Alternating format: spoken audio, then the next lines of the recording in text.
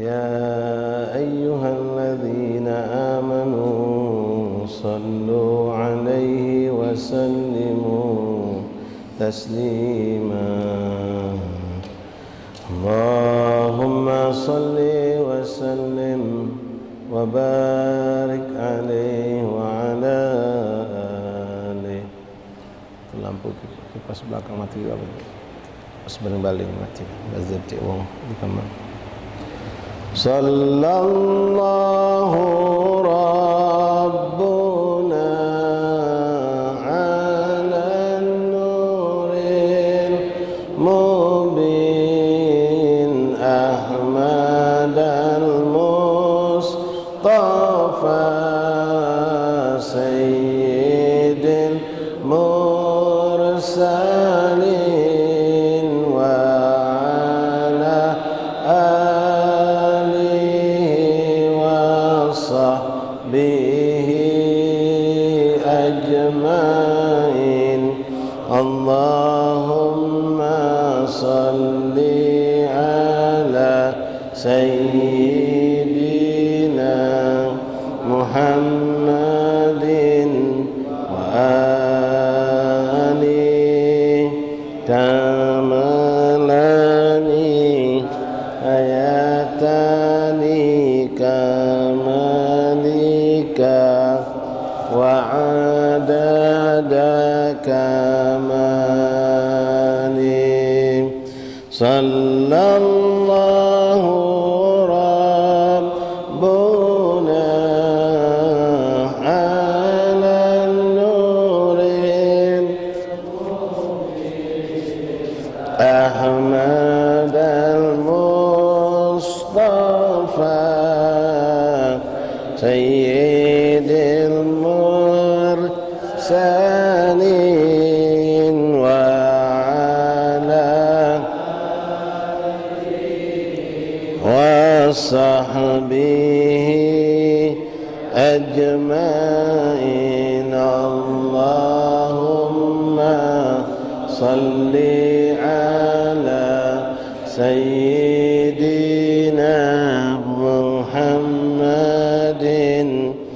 wa alihi kamalani hayatani kamalika wa adada kamali. Sallallahu rabbuna ala nuril mubin Ahmad al-Mustafa Sayyidil mursalin wa ala alihi wa sahbihi ajmain. Allahumma salli ala sayyidina Muhammadin wa alihi kamalani hayatani kamalika wa adada kamali.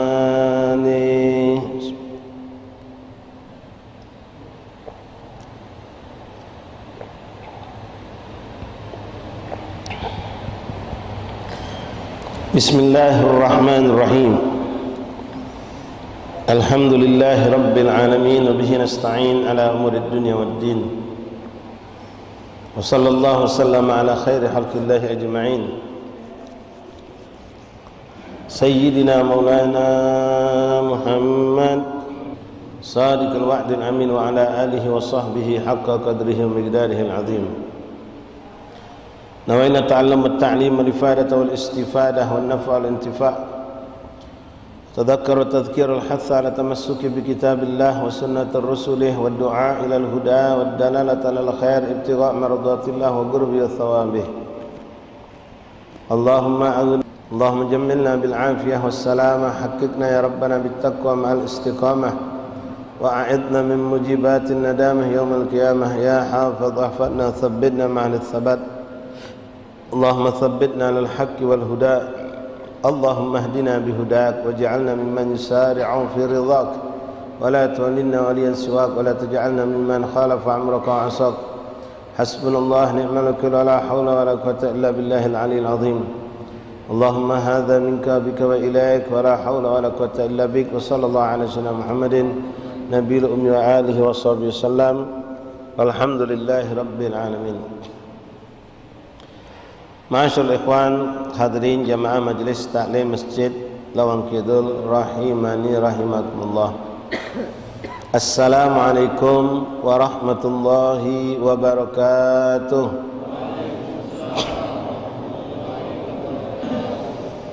Alhamdulillah, thumma alhamdulillah, thumma alhamdulillah, lakal hamdu syukur ya Rabbana, lakal hamdu ya Allah.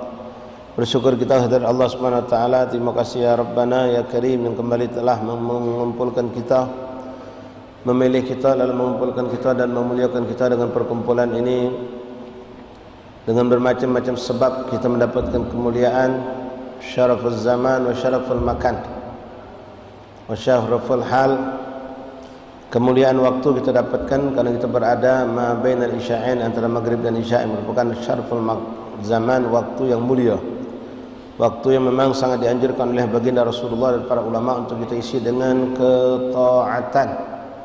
Tidak nyentuh urusan dunia di saat yang seperti ini, tapi kita sibukkan dengan majlis taklim atau dengan memperbanyak ibadah, salat sunnah, tilawatul Quran, membaca rotib dan seterusnya daripada apa yang bisa mendekatkan diri kita kepada Allah. Lalu kita pun mendapatkan, dikumpulkan Allah, mendapatkan dari segi syaraful makan, kemuliaan tempat. Kemuliaan tempat yang pertama, masjid adalah tempat yang paling mulia, yang dicintai Allah dan paling dicintai Allah. Terlebih lagi masjid ini yang kita semua tahu tentang keadaan keagungannya, dibangun oleh aulia Allah yang agung, lalu dimakmurkan dengan orang-orang yang soleh. Dari zaman ke zaman, sampai saat ini kita pun dipilih Allah untuk memakmurkan ini masjid. Umur masjid ini lebih dari 140 tahun. Ratusan aulia solehin yang pernah ibadah di tempat ini, dan kita alhamdulillah dibagi Allah untuk ikut mengambil keberkahan mereka. Aulia tu fi asraruhum, bagi aulia itu boleh saja meninggal mereka, tapi sir rahasia keberkahan mereka itu akan tetap ada, apalagi namanya masjid. Selagi pengurus masjid, anak keturunan atau warga yang ada di sekitar masjid mampu menjaganya dari hal-hal yang buruk, dalam makna bukan buruk bangunan, tapi buruk dalam makna bangunan-bangunan yang digunakan dari duit yang haram, memperbaiki masjid dari duit syubhat, membangun masjid, memperbaiki masjid, meluaskan masjid, masang ambal, masang kipas, segala macam lah yang digunakan untuk ibadah tapi dari duit syubhat, duit haram. Itu berarti menghilangkan asrar, menghilangkan keberkahan, si rahasia dari suatu tempat. InsyaAllah kita berharap dan mudah-mudahan ini telah berlaku dan sampai saat ini tetap berjalan. Masjid kita ini dijaga Allah, tidak ada sesuatu yang syubhat apalagi yang haram, dan mudah-mudahan di setiap masjid-masjid kita, musala-musala kita pun sama. Lalu Allah muliakan kita dengan keadaan juga ikhwan. Kita duduk di sini bukan numpang kelakar, numpang duduk, numpang tidur atau bengong, tapi kita bukan sekedar itikaf, tapi itikaf yang diisi dengan majelis ilmu. Itikaf kita niatkan dapat, majelis ilmu kita juga dah dapatkan. Jadi begitu banyak kemuliaan yang kita dapatkan dari satu majelis yang kita jalankan pada malam hari ini. Belum lagi hal-hal yang positif lain yang kita dapatkan, silaturahim, ya, salat berjamaah maghrib, dan kelak insyaAllah tutup lagi dengan salat isya berjamaah.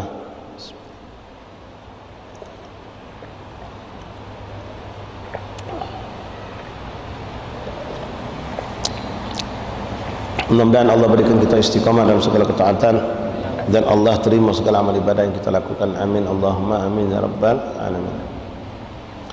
Ma'asyar ahbab hadirin rahimani rahimakumullah.